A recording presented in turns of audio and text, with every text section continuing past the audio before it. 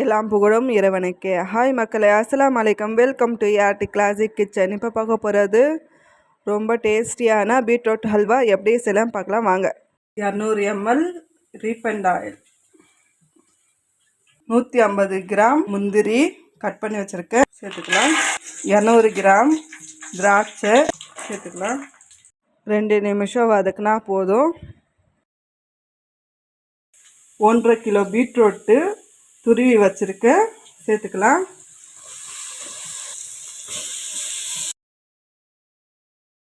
Beetroot பச்சை வாசனை போகிற வரைக்கும் நல்லா வதக்கணும். மீடியம் ஃப்ளேமில் வச்சு வதக்கணும். 300 கிராம் திக்கான பால் சேர்த்துக்கலாம்.